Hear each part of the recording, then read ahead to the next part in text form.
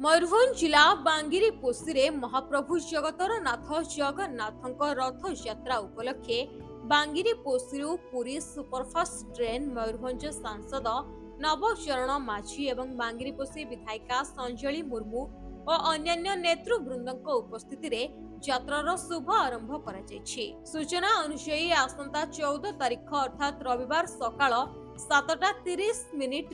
बाहुड़ा रथ यात्रा अभिमुखे यात्रा करिब सुपर फास्ट बांगिरी पोस्ती पुरी। उक्त अंचल महाप्रभु जगन्नाथ भक्त प्रेमी मानकर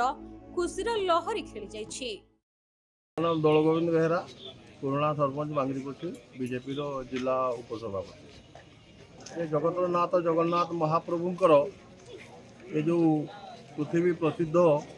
रथ यात्रा से यात्रा अगणित भक्त माने सामिल होगापाई मोदी सरकार तरफ एवं रेल मंत्री अश्विनी वैष्णव तथा आमर एमपी नव भाई एमएलए संजली मुर्मूंकर प्रचेष्टार यह लोक मानकर जगन्नाथ दर्शन पाई एक सुबंदोबस्त करा जाइछि जहाद्वारा कि भक्त माने भगवान रथ यात्रा सामिल हो निजक धन्य मन करेंगे। जो मैंने सेंटिमेंट सहित जड़ित जोड़ा आध्यात्मिक सहित आम जड़ित समस्त कहते आम प्रभुर कृपा कमी पाई आज तैयारी कर रेलवे आज